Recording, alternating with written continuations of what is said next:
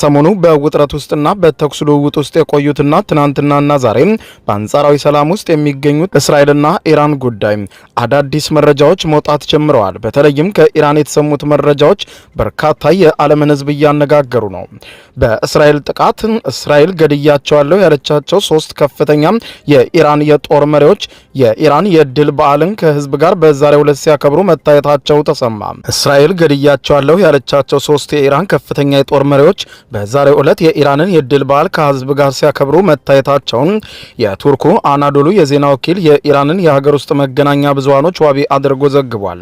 እስራኤል ከሰኔ 13 ጀምሮ የኢራንን የጦር ጀነራሎችን መግደሏን ያስታወቀች ሲሆን 3ቱ ከፍተኛ የኢራን የጦር ጀነራሎችም በተለይም ደግሞ እስራኤል ገድያቸዋለሁ ካለቻቸው መካከል በዝርዝር ነበሩ። በኋላም ኢራን የድል በዓሏን ስታከብር ከህዝቡ ጋር መሃል መገኘታቸውንና የድል በዓሉን ማክበራቸውን የኢራን መንግስት መገናኛ ብዙሃኖች አሳይተዋል።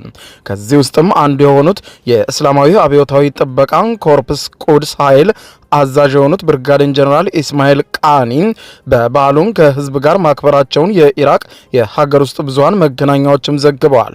በኢራን ታስኒም የዜና አገልግሎት የተለጠፈው ቪዲዮ እንደሚያሳየው ከሆነ ቃኒ በዝግጅቱ ላይ ከተሰበሰቡ ሰዎች መካከል ሲታዩ ያሳያል። ኤጀንሲው በማህበራዊ ትስስር ገጹ እንዳሰፈረው ኮማንደር ቃኒ ዛሬም በተካሄደው የቴህራን የድል በዓል ላይ ይገኛሉ ሲል ተናግሮ ነበር።